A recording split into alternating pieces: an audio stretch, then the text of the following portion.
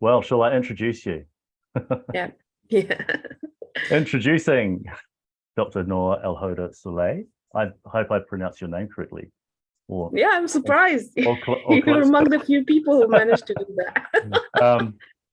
And Dr. Nour Souleh is a creative comedy writer and an independent researcher in intersectional and digital humanities. Her doctoral work explored constructions of othering between lived experiences and stand-up comedy, passed with no corrections. Her work has been described as highly challenging and refreshing at the same time. Her main theoretical influences come from post-decolonial, intercultural communication and feminist pioneers. She is interested in the creative ways of doing research in academia and how arts impact society and culture, and is speaking today, offering a paper titled Stereotypical: Humour Between the Funny and the Offensive. So welcome, Nour. Thank you, Bryce. Bryce, can I ask you to zoom back a little bit? So yes, I can see that one. Yeah, brilliant. So thank you for having me today with you in the ether, not in person. And can we move to the second slide, please, Bryce? So I'm just going to introduce a little bit about the work that I've done in my doctorate. And it was an auto/ethnographic explorations of the different constructions of othering and the other through various sites of data. That included interviews with migrants, refugees, asylum seekers, international students in the UK about their lived experiences of discrimination. And I've used as well creative nonfiction and stand-up comedy materials to speak about my own experience with that regard. And I've used the stand-up comedy materials of other comedians as well in my work. I came to doing comedy as an undergrad in Algeria at that time. And I thought when I did it, it was behind me. But once I started doing my PhD, it all came back to, in a sense, to that setting of othering and discrimination that I had to find a way to research it and manage my research in a sense.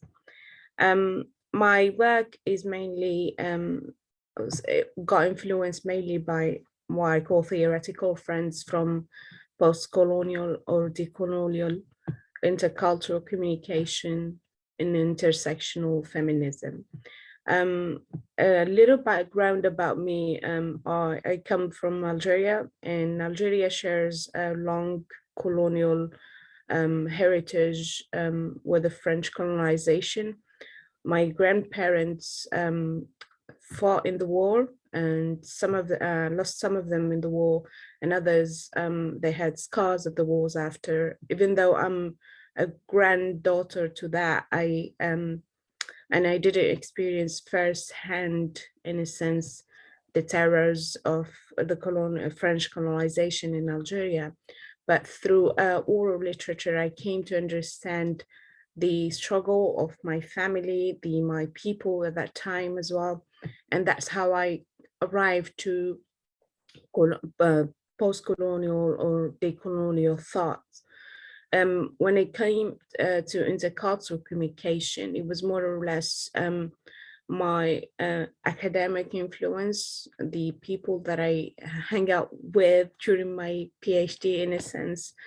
But when it came to intersectional feminism, it was basically ingrained in me throughout growing up in Algeria and in coming to the UK as well. And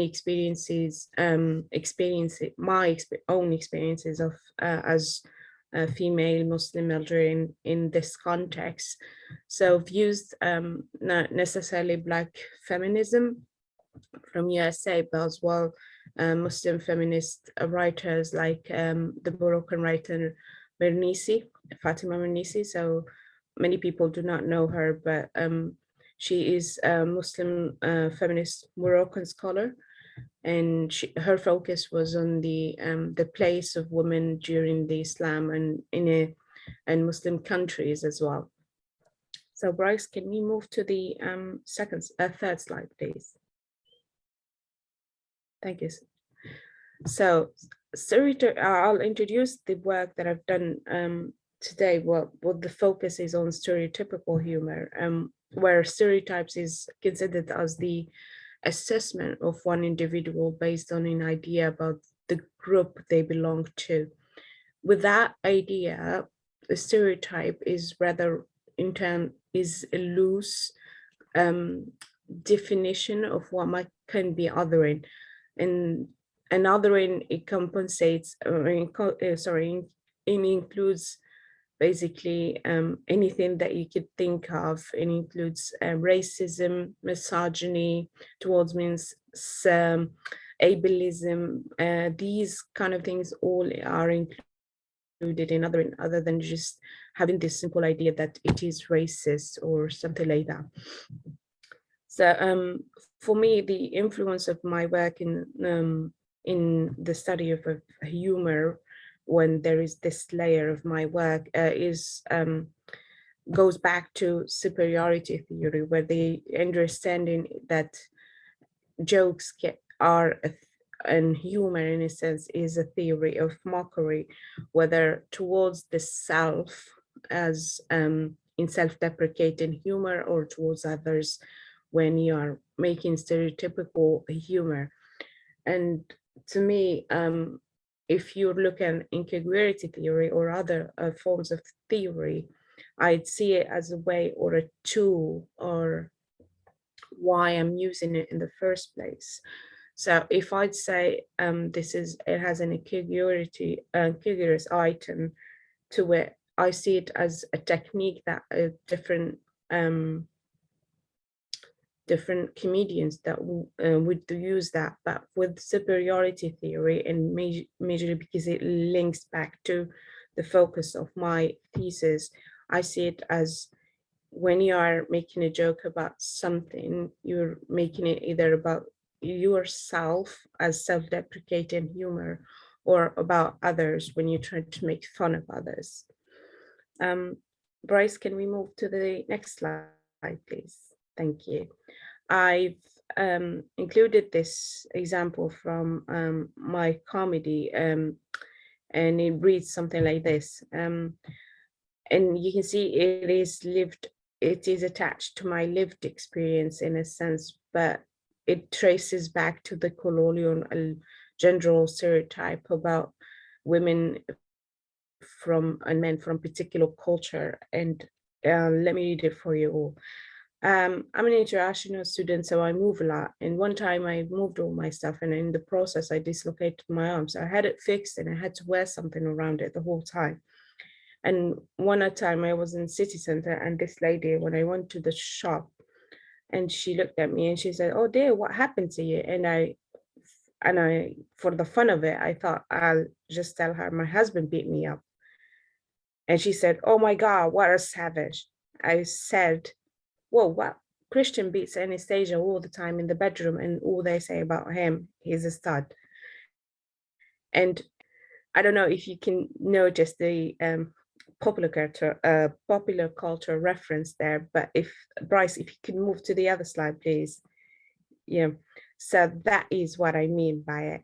So someone in, I think Ben knows 50 Shades of Grey. Yes, that's the popular culture reference there.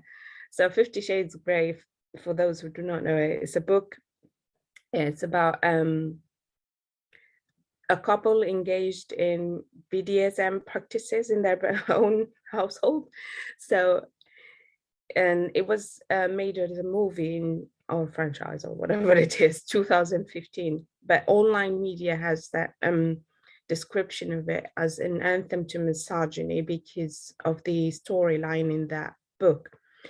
For me, I engage in what I call a self-othering, or rather strategic form of othering, where I express the underlying general stereotypical and colonial stereotypical ideas about the relationship between men and women from a different culture, particularly Oriental men and women. So women in an Oriental setting, according to colonial writings, is perceived as inert, very submissive. Whatever you tell her, she would do. Was a man in that setting is perceived as angry, oppressive to other women, and violent, and these are all the descriptions. So this you wouldn't only find it in Oriental kind of writings about, or from a colonial side, but it is also found in the descriptions of Black men and women in Black feminism in USA as well. So I've included here a clear reference to that with Frantz Fanon. Frantz Fanon is a psychologist and a doctor who worked in Algeria. He comes from an African background, but he's Black, but he lived in France at that time. And he worked in Algeria during the colonial time. And he was really sympathetic and empathetic and all against racism and in this one. So he wrote The Helps of Freeing. Well, that is quote from my thesis, but I used his understanding of the colonial subject in a sense. So in The Helps of Freeing Algerian Women, a demonized version, the figure of barbaric Algerian men was drawn. Consequently, various support community flocked in to endorse solidarity with the inert Algerian women, and that is Fanon 1965. So in this, you can see how that shaped my understanding of how to look at my stand-up comedy in a sense. And we will come back to revisit this when we move forward, when looking at other bits, when it comes to self-othering, strategic othering that I've used. So Bryce, can we move to the next one, please? Thank you, Bryce. So I've mentioned earlier that I've used, I interviewed loads of people when it comes to, sorry, when it came to my data collection. So this is one of my interviews with a lady from Algeria as well. She's a PhD student in one of London universities. And she was, sorry, and she spoke about her own experience, and she said her name is Shema. At least that's the name she wanted to come up with. So she mentioned, there is a book called The Breadwinner that I'm reading. I understood how they see us through it. They think us girls, we do not get out of the house. We don't learn, we don't work. She pauses, then continues, that this happens to me in a conference, a lecturer talking about migrants, and he names an established researcher in academia in the UK. He said, and migrants do not let their women learn languages. She switches to Algerian dialect. Darija, can you see the image that they have about us? They think we are slaves. They lock us at home. When they say, she will. He beats her and she's quiet. That's the image that they have about us. So, so the word that the two words that she used, that so that is from the Algerian dialect, and you would use it basically to ask a donkey to start walking, basically, and you're on top of it. Her description as well, it goes through as well to the not just her experience, but how she extend that to the literature that she's exposed to. Sorry, I'm just going to drink a lot of sip of water. There's about 4 minutes left, Nour. Okay, good. Yeah, so Bryce, can we move to the next slide, please? Good. So to joke or not to joke, so the idea behind comedy is to push the boundary of comfort, to challenge the authority that we have and to smear the edges of tragedy with a shared sense of absurd. I like this quote from Nunez of 2015 because I feel that it summarizes what we have and appreciate in humor in a sense. And that is something to think about in approaching our right to joke about things or not. For me as well, my point of view in jokes and humor in general, I take a nihilistic point of view. As long as it is done properly, I don't mind it. I don't think there should be a boundary surrounding humor in a sense, because the humor, the way I see it, it is there for us to create a safe space for all of us to view and appreciate humor and to come together as different humans in a sense, and to joke about these things. In comedians, there is always the access card kind of thing. When you're making jokes, if I say I belong to a certain group, let's say I'm a Muslim, I can allow myself to joke about Muslim related things, but this is not always done. It is done, but the way of doing it, you can use it as a tool to introduce your jokes about other groups in a sense. But there are like comedians with certain comedic personas, like forgot his name, but he's very much known for his transgressive kind of humor. So as a performer, I'd advocate for the right to joke about things. As the other, I still appreciate the humor behind it, but I feel the needs as a human that is the same as well. But as a researcher, I see there needs to be more research done on, because on the assumptions, especially in rape jokes, that they frame the culture, the rape culture. But this is something that I debated in my thesis as well, where rape jokes, I don't see it as an instigator for the rape culture that goes around or for rape incidences, because you'd see some feminist comedians making jokes about rape, and it is not to joke about the action in itself, but about the surrounding culture or the perpetrator in himself. So thank you so much, Bryce. That's for me today. Thank you very much. Well, hopefully not, because we've got some questions at the end. I think we're going to do questions Okay. to all three of you towards the end. So thank you very much. And moving on to Reuben, I'll just stop the share screen there. Reuben Sanderson is just across Wellington from me, I think.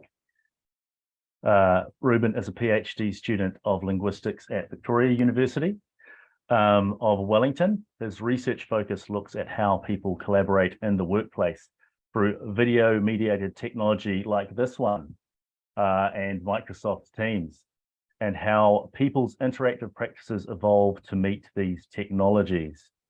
And I very much hope that last bit is still relevant, as I poached it from the Victoria University website. They must be very proud of you.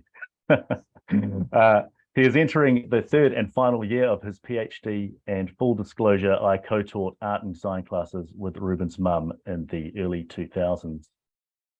Reuben's paper is called Funny Collaboration, Videoconferencing Humour as Supporting Inclusion in the Workplace.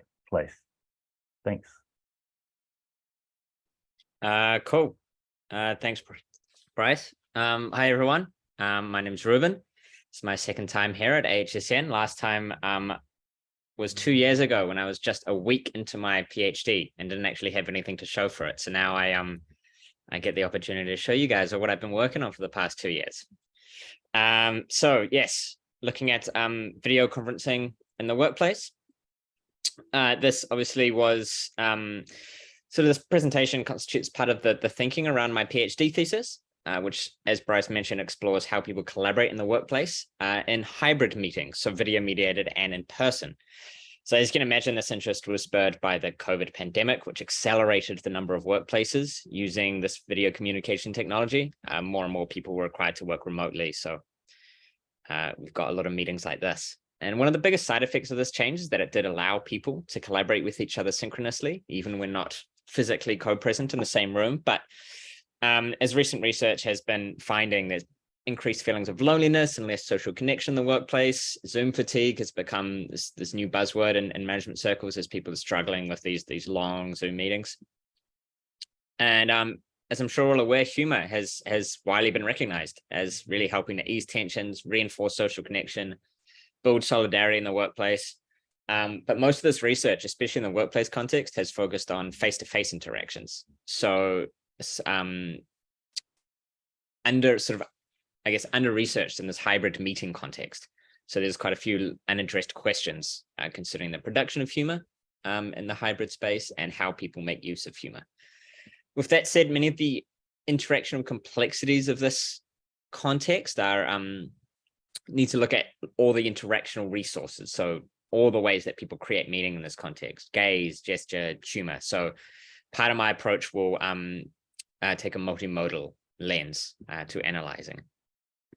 And I apply this lens to humor in the workplace, closely following in the discourse analytic tradition of the Language in the Workplace project. For those who don't know, my supervisor is Meredith Mara, who is the director of this project. And really central to this approach is the community of practice model, which generally argues that members of a community or workplace team, for example, tend to develop shared ways of doing things like humor through regular, sustained interaction together, sort of over their joint research or work. And in line with dominant trends in the field, I'm most interested in what people do with humor in the workplace, easing moments of tension, mitigating face-threatening acts, reinforcing group solidarity, all this kind of functional stuff. But as I mentioned, trying to extend these sort of previous findings by doing this multimodal stuff, so which will hopefully add a bit of some additional insights as well.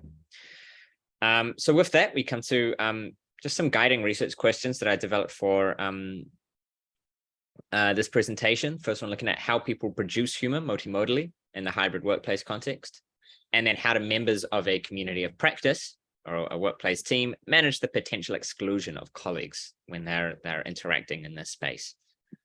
So to answer these questions, I followed an interactional sociolinguistic approach to my methodology. So part of that looks to collect as close to naturally occurring data as possible. And to do so, I went into these fortnightly meetings. They were held by the senior leadership team of the organization. And I set up video and audio recorders in the room itself while the meetings took place, then left, meeting took place, and then I came back and gathered that. So trying to sort of have it as natural as possible.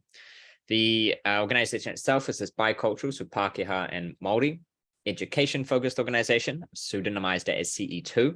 You might hear me mention that later. And it's located in Wellington, New Zealand. So a bit of cultural background there. Meetings were basically almost always hybrid. You generally had one or two members of the senior leadership team attending via Microsoft Teams. And occasionally you'd get another, maybe a junior member like presenting a project or something. So that often present on Teams as well. And part of the reason I'm presenting here today is that in my data, humor was a really frequent and appreciated part of how the senior leadership team talked and interacted in these meetings, and even in debriefing interviews, ethnographic observations, etc. You really saw humor come up a lot as something that was quite integral to the team. This is just a brief layout of what the meeting room kind of looks like, just so you get a general idea of what you're going to see in the examples to come. And you'll see just this is very standard. All the examples are like this. You had the people sitting around this big table and then a screen here with whoever was attending on Teams there. So now when we come to some examples, just presenting 3 today, they all share some form of thematic kind of form of exclusion. And we'll be looking at that a little bit more further on. The first example won't cover sort of this hybrid setting in any great detail, but it will be a useful introduction to analyzing this data multimodally, it can be quite complex, and I'm might be using some unfamiliar terms. So I'm going to use this first example as a way of kind of introducing everyone. I hope everyone can see that here. So Carl has just finished presenting, and we'll see the other members of SLT here compliment them. You will see some audio has been removed. That's just to avoid any people's names being used. And you've done really well with your presentation. You shouldn't be scared at all. I'll give you a 10. Yeah. A 10, okay? Lots of smiles. It's not the usual thing in SLT. But I think you've raised something that makes it does concern me, that we seem to be this terrifying group of people that I thought that we never were. So we've got to work on that. Yeah, we do. Cool. So what was going on there? Well, Carl, who was the person on screen that I mentioned, has expressed a lot of nervousness about presenting. He's a junior member. This is his first time presenting at one of these meetings. Again, these are all sort of the senior leadership team. So the CEO, the CFO, chief executives, etc. And so while Carl's done an excellent job, this nervousness was explicit throughout his presentation and even served as the source of some sarcasm, some friendly bantering in his introductions.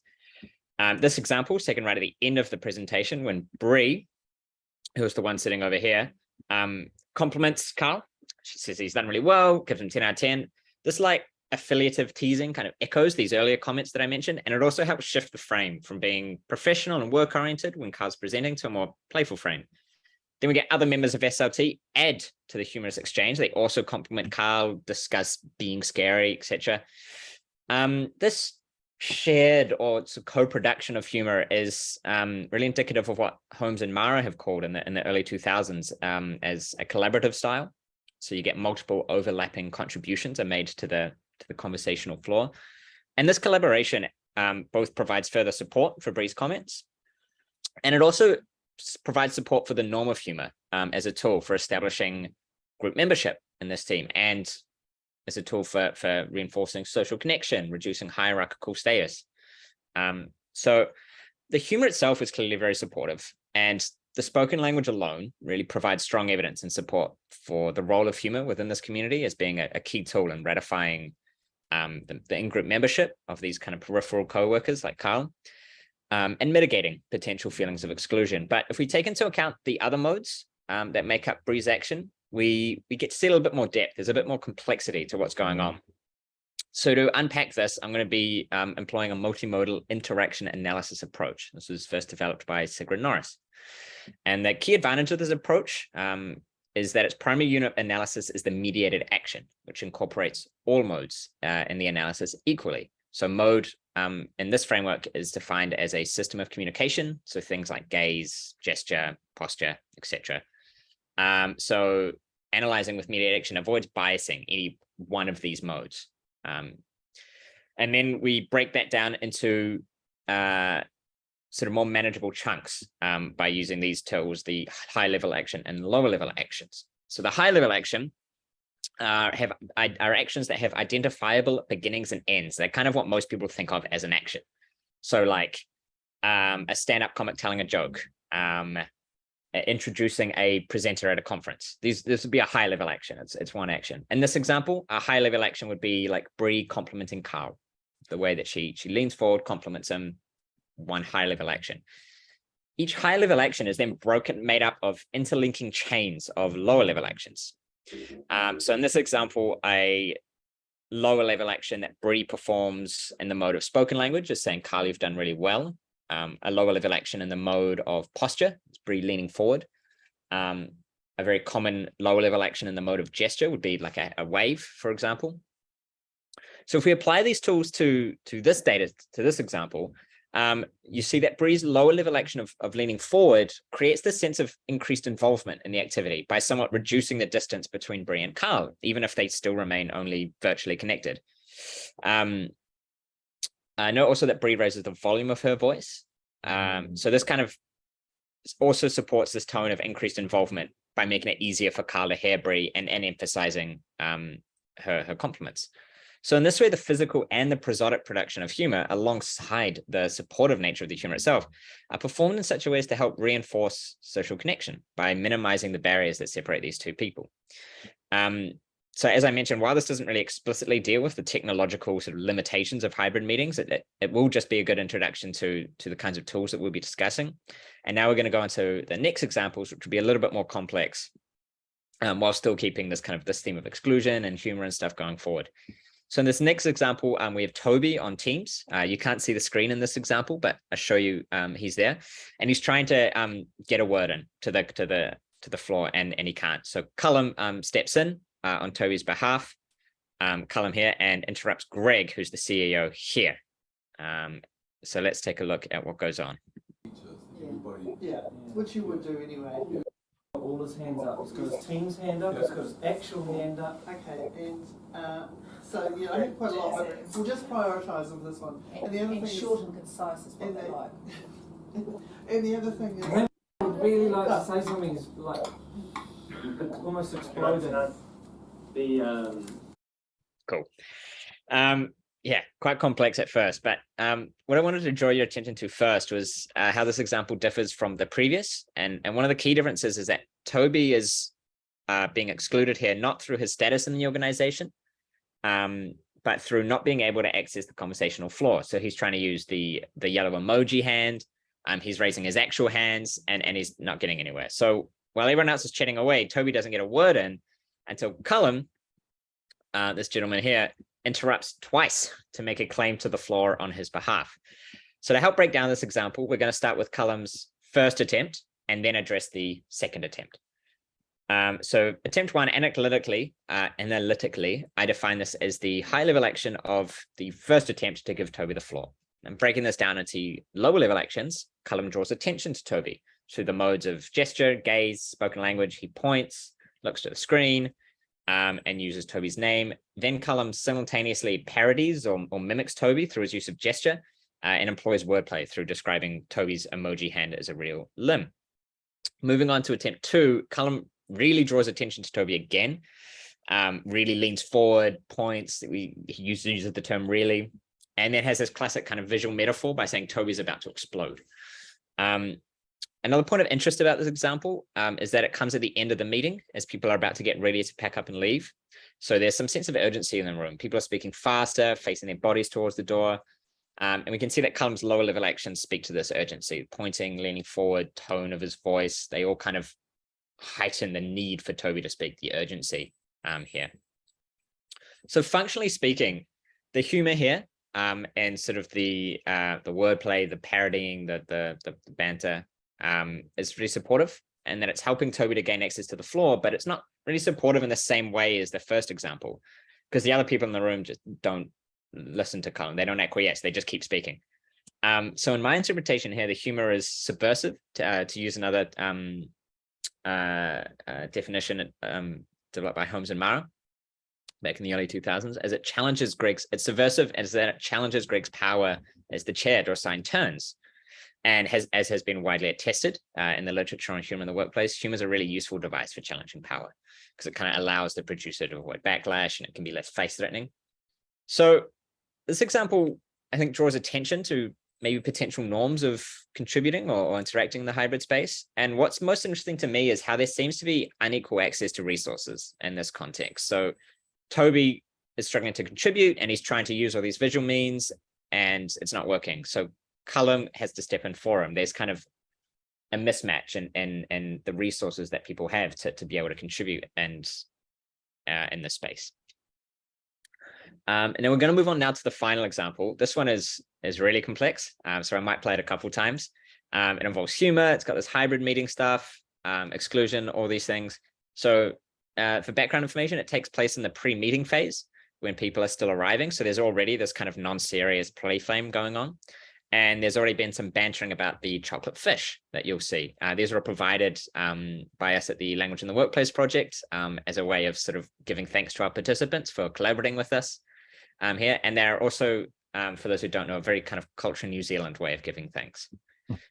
So let's have a look here. About 4 or 5 minutes left, Reuben. Thank you. Need to zoom you guys in a bit. No, you don't. Yeah, no. I love it. One of my discs. Yeah. Then you get a better impression of the size of the chocolate fish. Look at that relative to my head. Is it chocolate or is it? Cool. So what was going on here? Well, it looks like there's actually some miscommunication going on. I'm going to replay the example in a minute. But Cullum essentially appears to tend to zoom in on the people on Teams by making the camera of the screen in the room closer so that the people on Teams can get a clearer picture of the chocolate fish. However, the people on Teams, I think, misunderstand Cullum's intention and think that Cullum tried to zoom in their cameras so that you would see their faces from closer up.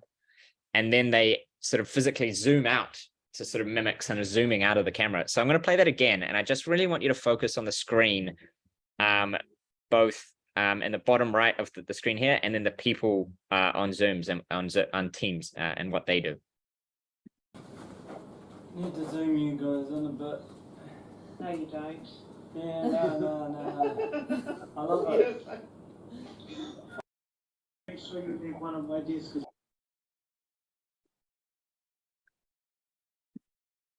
Cool. I hope you got a better look at that this time. So starting with this misinterpretation of Cullum's actions, Cullum being this gentleman here with the zooming in. The Aroha, the person on the left, makes this self-deprecating comment saying, "No, you don't," immediately following Cullum. And this kind of adds to this lighthearted play frame that was going on. So there's this abrupt, unfiltered rejection that's really incongruous with this team's style.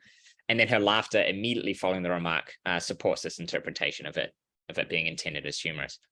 And then this rejection is further added to by the other person on Teams who physically moves back in his chair to sort of simulate zooming out. And then Aroha mimics that action, further contributing to this humorous exchange. So in this way, it's like the people on Teams are kind of playing with the camera as a way of doing banter. And it's a really interesting way of showing how collaborative humor can be constructed through physical movement and posture as well. And looking now to Cullum's actions. So Cullum's actions, I argue here, are as a whole is supportive. So people attending virtually can't take place in this kind of chocolate fish fun that's going on. So Cullum tries to give them a closer look by virtually closing the distance between the two interacting parties. By sort of zooming in the camera so that they can see the chocolate fish. And then he does this really exaggerated comparison by holding up the fish, and this kind of deadpan silliness is actually really typical of Cullum, and other SLT members have commented on the style of humor that Cullum has before. So as with the second example, each party here, the people on Teams and the people in the room, they kind of have unequal access to interactional resources. So in this case, access to physically manipulate, sort of eat, enjoy this chocolate fish. So in this way, Cullum mitigates this imbalanced access to resources by including the people on Teams in a way that they can access through visual means. And humor here, I argue, serves as a kind of salve to help ease the tension that could arise from co-workers being excluded from the fun of sharing in this delicious treat. So what does this all mean? Well, I'll go back to my research questions. How do people produce humor multimodally in the hybrid workplace context? Well, we saw them interacting with physical objects like chocolate fish. They made use of the camera. They physically leant out. They used emojis. And they had these embodied actions. We saw this with gesture and posture and things. And how do members of a community of practice, in this case, the SLT team, manage the potential exclusion of colleagues? Well, ratifying their membership in the wider community, supporting each other to gain access to the conversation floor, and then mitigating this unequal access to resources. Finally, what does this mean for humor studies? Well, I think it shows that the hybrid context can reveal a number of insights on the production of humor that are really interesting. I really like this term fractured ecologies, developed way back in 2003, which talks about how each space or environment kind of is broken in some way. There's a mismatch there. And multimodally, well, the focus on action that MIA takes really helps mitigate the very natural bias on spoken language, and helps to incorporate all the other modes that contribute to the production of humor, the way that people collaborate and interact in the workplace. And then this higher and lower level actions as well helps break it down into more manageable chunks. So that's my presentation. Thanks very much.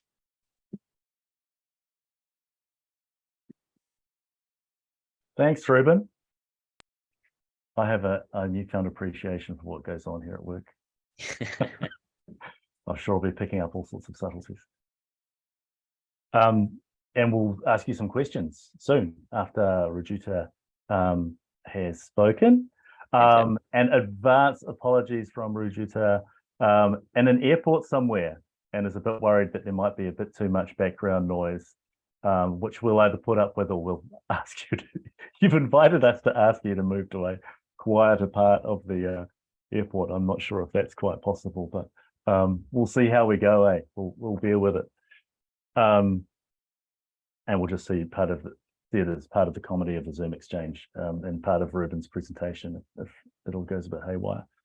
So I'll just introduce you to Rujuta Date, an independent researcher from Mumbai, India.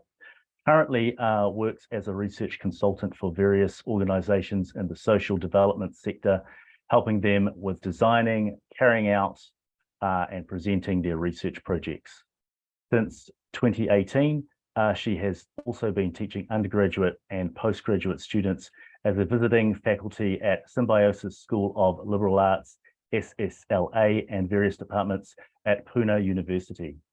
Her current personal research interests are humour studies in the global south and the relations between humour and power.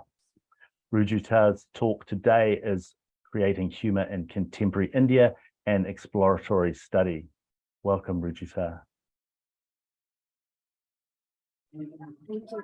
I will just share my screen.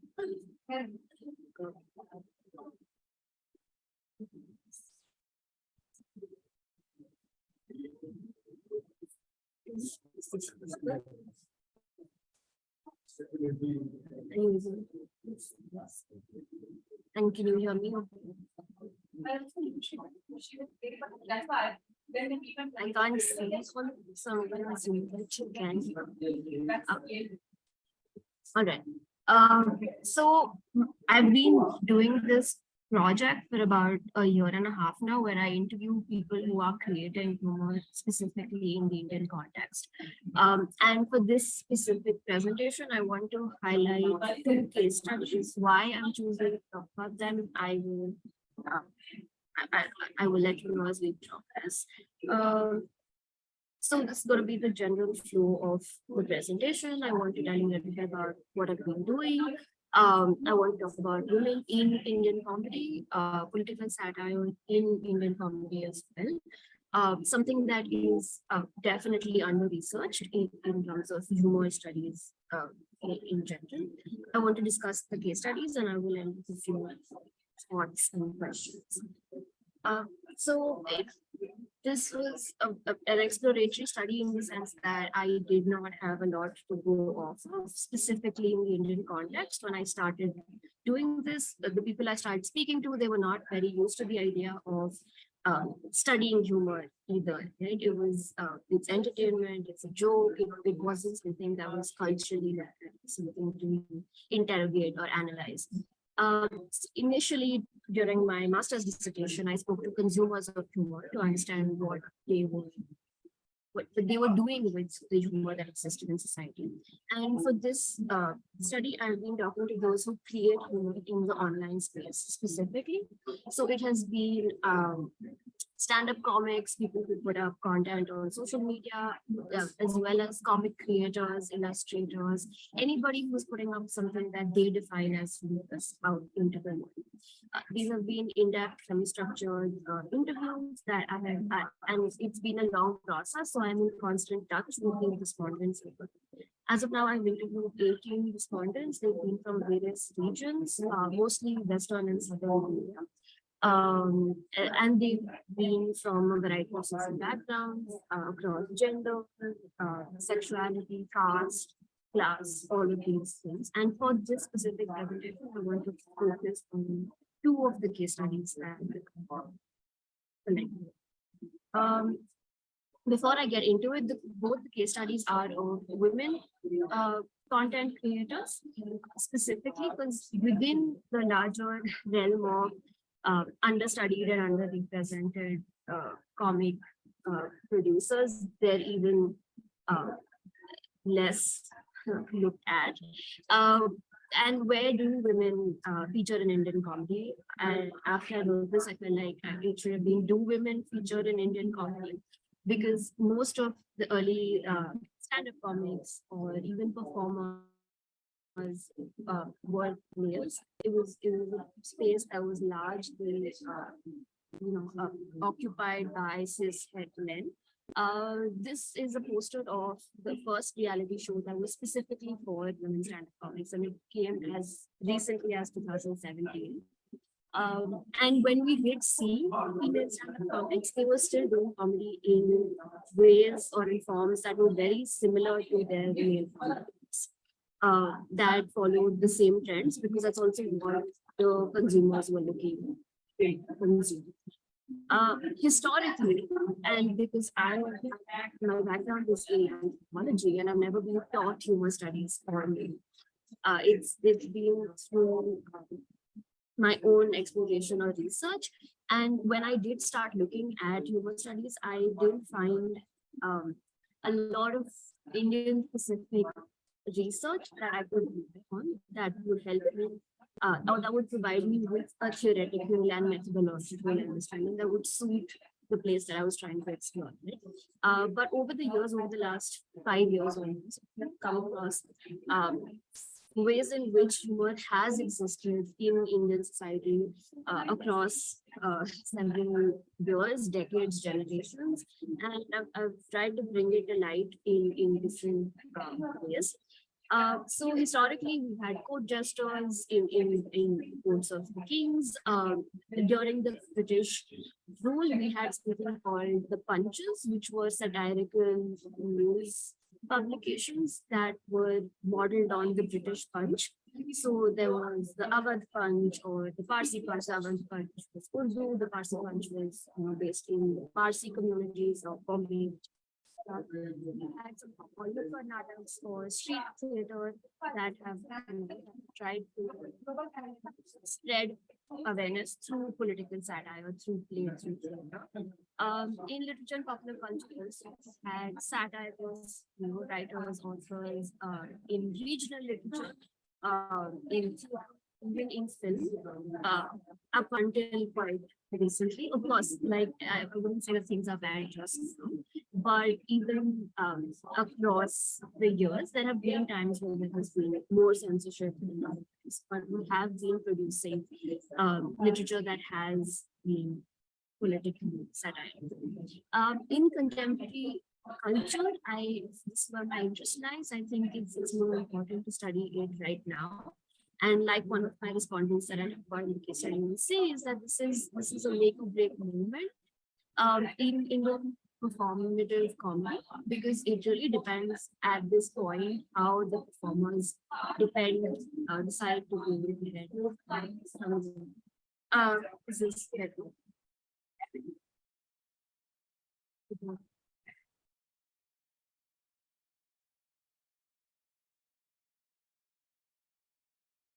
Is this better? I will speak a little more. So in the current movement, we are in an era of since 2014, we've had populist majoritarian government that that favors individual. So there is BBC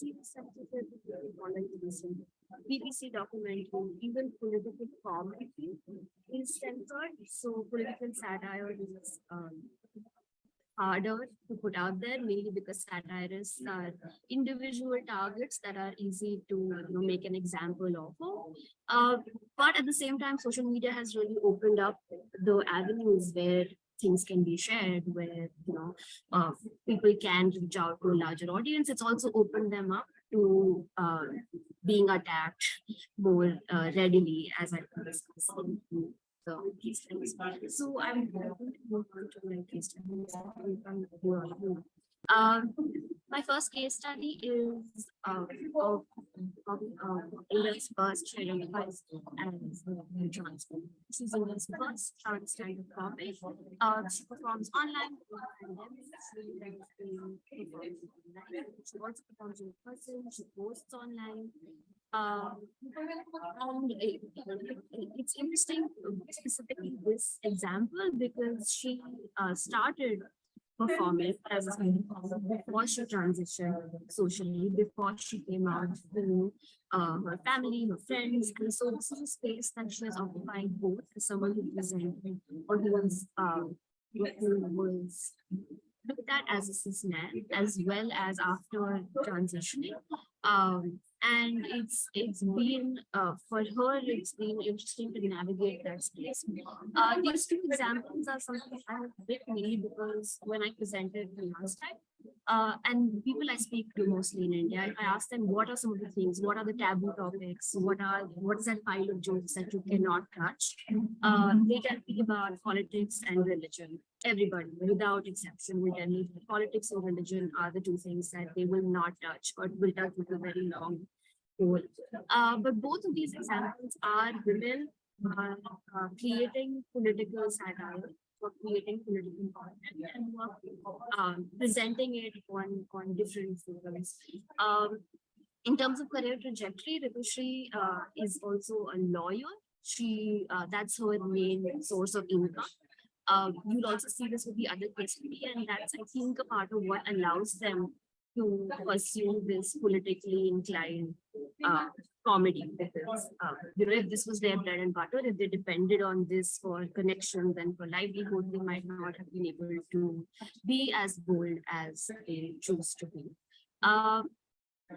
She sort of, when I ask her what can and cannot be joked about, I think I'd like to call back to something that Nour said in terms of, you don't have to have an access card to joke about a specific thing. And Ritushri actually says something very similar. She says that, I wouldn't say that there is something that you can or cannot joke about. I would say joke about anything and everything, as long as it's what she calls a good joke.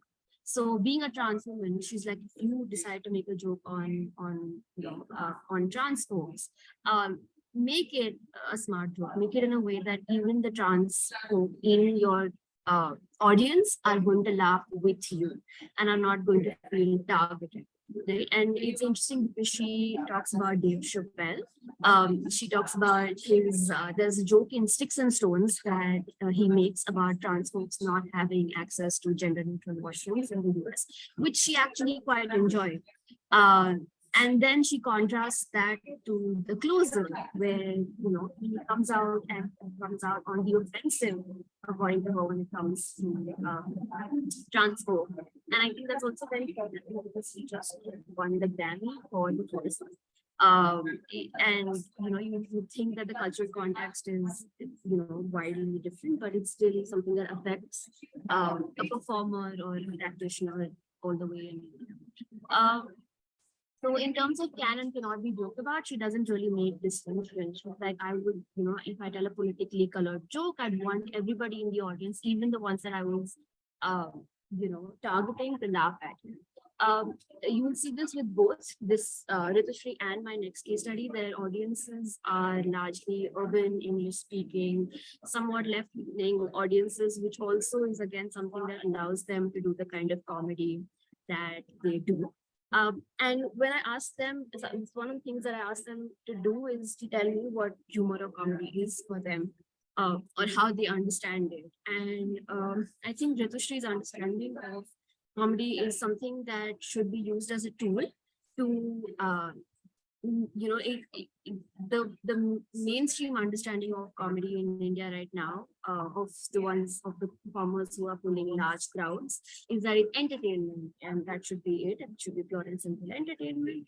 But Ritushri believes in, that even if 2 or 50 people who attend her shows, be questioning something, or having maybe a new idea introduced to them, she feels like that is something that she would like to do. She really admires Hannah Gadsby's kind of humor, and I think that when she watched Nanette, it was the moment that changed her. She told me that she watched Nanette 30 times because before she watched Nanette, she felt like, can you really do politically colored humor and succeed?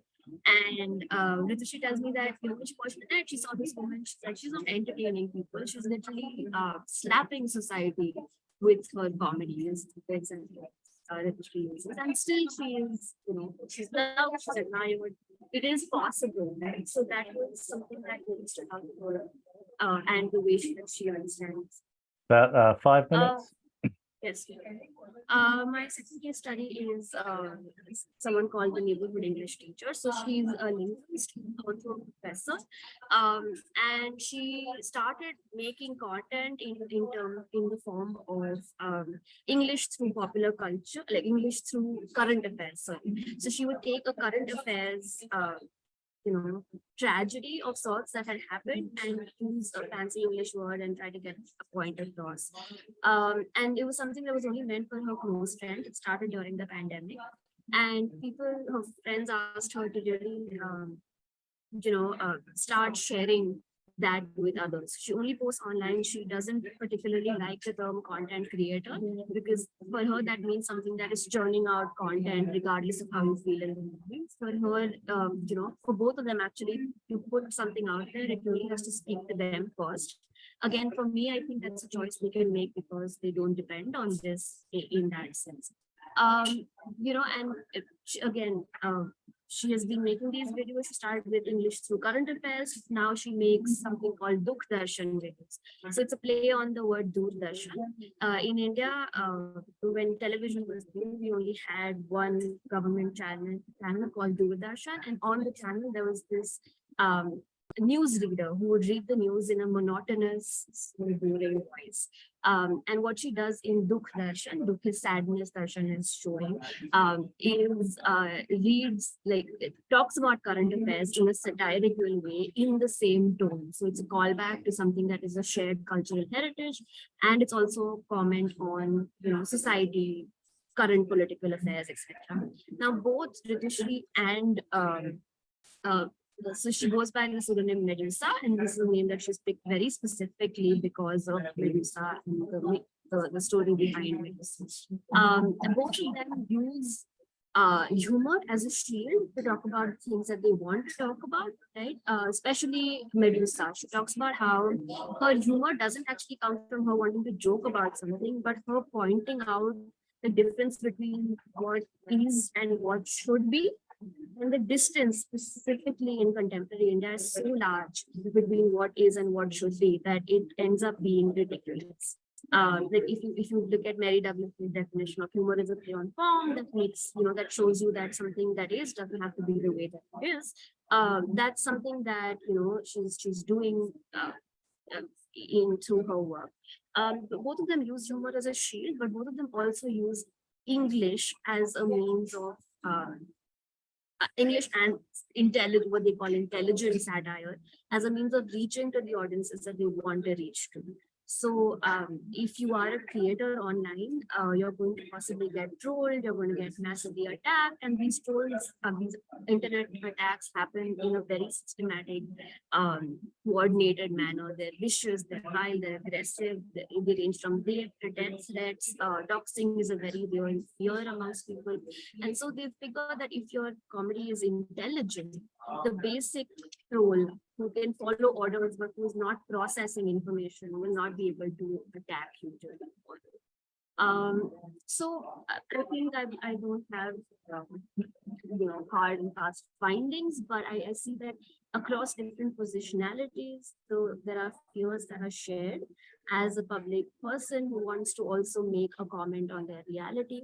As performers, what would be possible safeguards that that can be brought about for individuals who perform, who can raise it out to the stage, and for people who don't like it.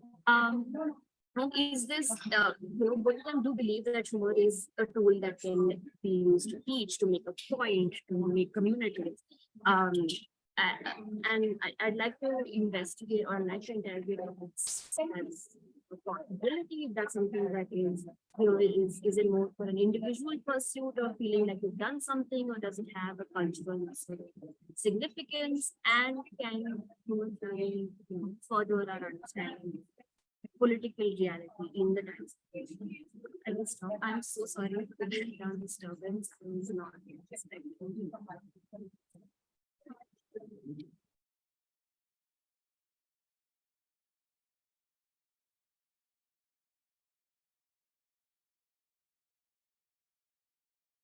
Thanks, Rujuta. I'm glad you had the slides there. Because it was a bit of a struggle with the sound, but you did have the bullet point slides there, so we could kind of like follow along. All right, questions. Does anyone want to unmute and ask a question, or to any of our three panelists, or did you want to prefer to write it in the chat?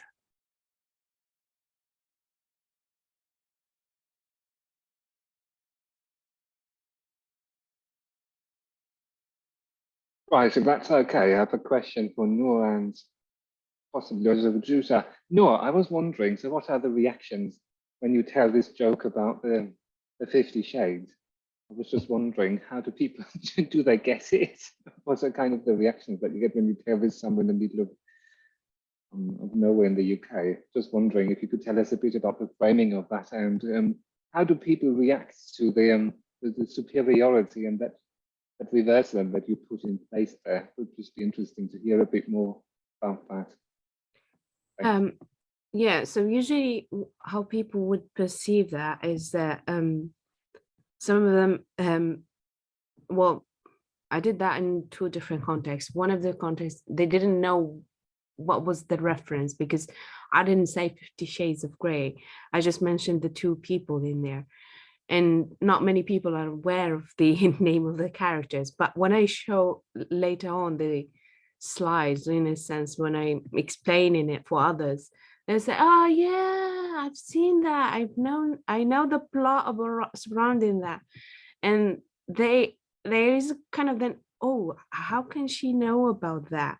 There is like a kind of disbelief that it doesn't match my visible identity as a Muslim, that I know about these things, but it is a popular culture, even though if I don't watch it, it's surrounding me. It's something that exists in the same manner that there is a kind of stereotype about me as a Muslim woman wearing the hijab. So these stereotypes do exist. So there is a kind of disbelief that I know that. And there is the kind of people, oh, she knows about that. Oh my God, she's very funny, because they can understand the joke. But there is a kind of disbelief. So that is the reaction about that joke. About the, what was the superiority question? Do you have that one? Like, how do they react when you kind of, take that alleged power of being, when you were saying like Muslim, female identity, like the power and balance, and you kind of leveling it out. It goes to like Rujuta's and also Reuben's idea of like in a workplace, basically all the same social settings where you turn around the social dynamic. Yeah. Well, but for that one, it's like there is a kind of always a disbelief that I am as a Muslim woman doing that. And there is that kind of, because I talk about feminist things as well, about what I perceive as a woman that should not be there for.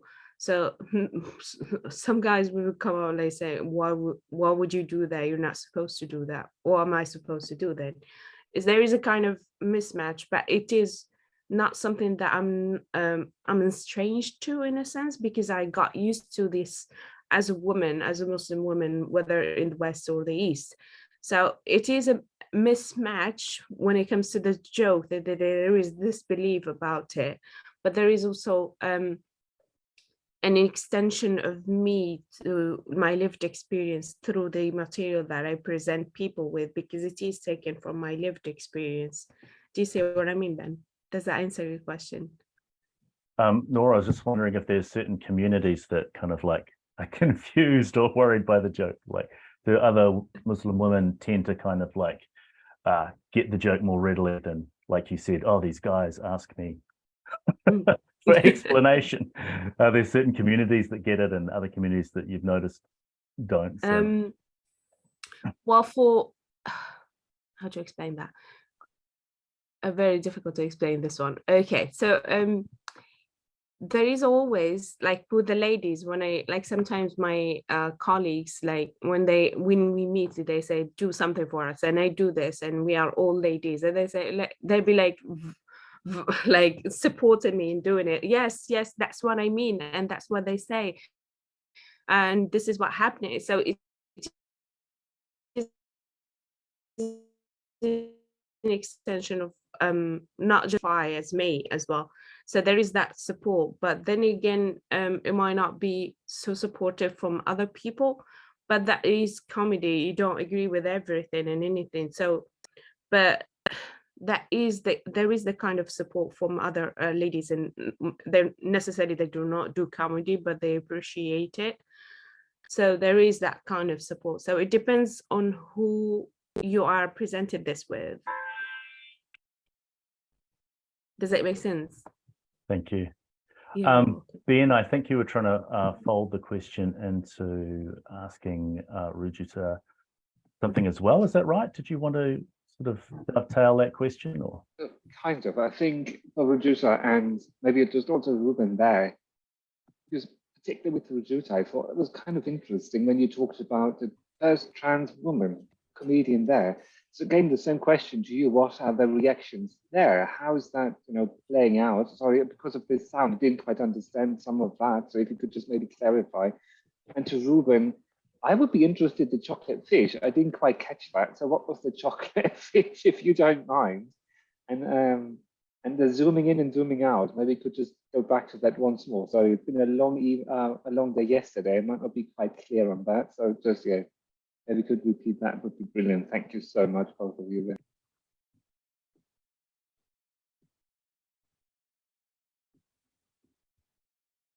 If the sound is a problem, I could type out response. Is it? Or... Okay at the moment, I think.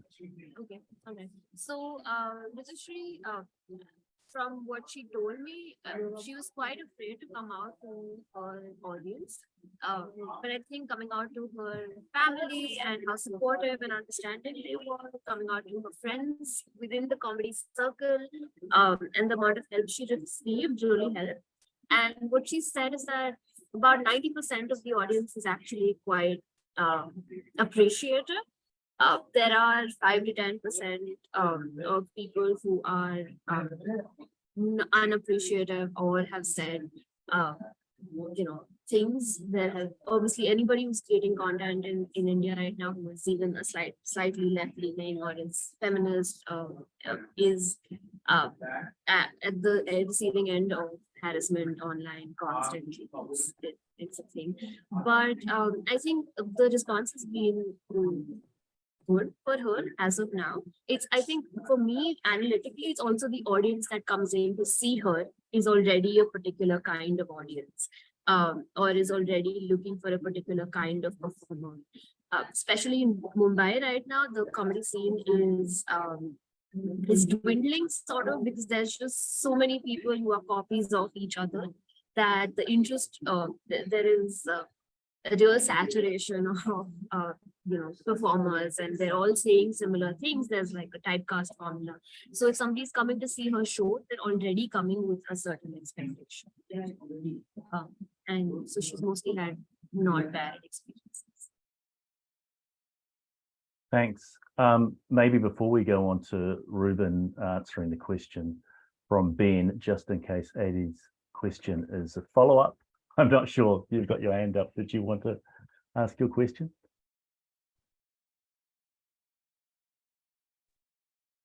Can you hear me? Yes. Yeah, I wanted to ask Reuben, maybe it's the same question, I don't know. And maybe you already said that and I missed the information, but how did you collect the information of the meeting? Did you how many videos do you have to study that, and how did you collect and organize the meeting that you studied from? I'm also a PhD student, so I'm doing something similar. Maybe you have anything to add about that. Of course, actually, gathered my data as a research assistant for the Language in the Workplace project. I'd intended to gather my own data, but couldn't get access because of COVID restrictions to other workplaces. But there were 6 meetings in total, and they were just, I went to the organization, set up video and audio recordings in the meeting room, the physical room, recorded the 6 meetings, and then that was what you saw in those videos. The video. So you based your study on 6 meetings? Yeah. Because I was always going to do multimodal analysis. It tends to be much more the analysis tends to take much longer, because you're dealing with like all of gaze and gesture and posture, like you're revisiting all these different things at once. So 6 2-hour meetings would be pretty standard for a PhD thesis at that. That's and you watch them again and again and again, taking out the oh yes, yeah, many times. Many times. Okay. It was interesting to see you, Reuben, pointing out the kind of like just how collaborative it was, how kind of everybody was prepared to kind of like, you know, get on board with the joke and kind of like add to it. And you were showing us the successes. So I'm wondering if there were times when somebody didn't take the baton and therefore, I don't know, the joke wasn't continued or enjoyed, or there was some kind of power dynamic that kind of meant that the comedy wasn't able to be sustained, bail somebody out. I did see a couple. There are a couple instances that come to mind. I think failed humor is really interesting, and I know Barbara Pless has been doing a lot of interesting research on the dark side of humor, among others recently. But that was very rare in my data, or at least I didn't get much of this kind of people telling bad, you know, like mean jokes or a joke not really working. It was more just sort of, it was a very lighthearted atmosphere as a whole. I think the only thing I can think of was when someone mentioned women being colder than men and needing like, and that was just, I think the rest of the room just were a bit confused, and that was kind of the only one that stood out as being not maybe a joke that didn't quite land, but the rest is just, yeah, they're all very, that the whole workplace is very collaborative and friendly. And I had a lot of people talk about how good the culture is and stuff.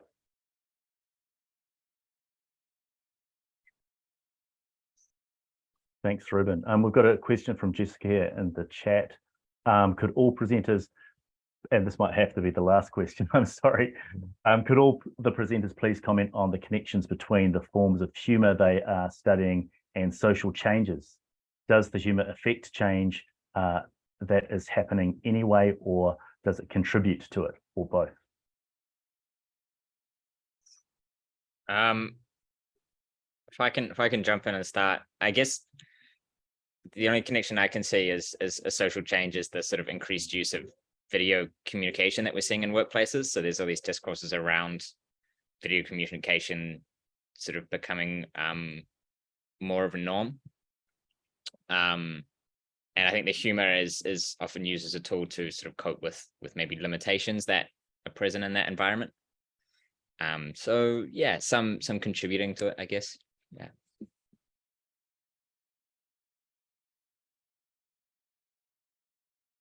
Thanks, Reuben. Who would like to go next on that question?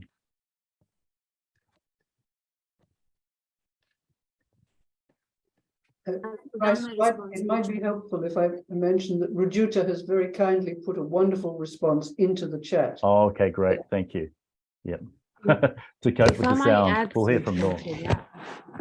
Hello, can you hear me? Yes. Yeah, okay, great. If I just can add something to that, contributing, that goes back to one of the aspects of my work in that I've done, and which I do not agree with, when it comes to rape jokes contributing to promoting the rape culture. That is something that I feel that needs substantial research on. That is a claim that goes around, and a lot of comedians get a lot of hate if they merely attempt to do a joke on rape jokes or something like that. But the underlying statement that I put in my thesis surrounding that is that sometimes the jokes are misinterpreted, not sometimes, many times, and the comedians end up crucified on public and social platforms because of that. One of the recent events, it doesn't relate particularly to the rape jokes, it's just Will Smith smacking Chris Rock across the face on the Oscars. And it just makes you think, God, I wish this doesn't like normalize smacking comedians whenever you want to do that. But the joke that Chris Rock made, it was positive in a sense that he was celebrating the strength of Jetta, was it her name? I forgot the exact wording for it, but the underlying statement, the punchline was that she is strong. She's very accomplished, progressive woman. But the underlying statement is that everyone thought, oh, he was making fun of her or something like that. But in rape jokes, many times, especially for feminist female comedians, when they do that, they are making the joke surrounding the victim blaming culture that accompanies the rape victims. So they would make jokes surrounding the way women put effort into looking great. Then when a night out ends up in a rape or something, all the efforts, all of her efforts of looking great is demolished just because the man is doing that or something that happened to the perpetrator. So there is an understanding, there needs to be an understanding. My point is there needs to be a substantial understanding of joke in itself, how it is framed and the way it is. Nobody is celebrating the rapist, but whether the victims, or if that happens, is blaming the victim, is mocking the hypocrisy of the society. That is what I wanted to add there for everyone. Thanks, Nour. And thank you, everybody. Thanks to all of our presenters. And the next session is at 4:45 Sydney time. Introduction roundtable discussion, Reza Arab, Griffith University, and roundtable discussion on the politics of humour and social inequality, moderated by Julia Debris, Victoria University of Wellington, followed by Q&A with audience. So see you there. Thanks, everyone.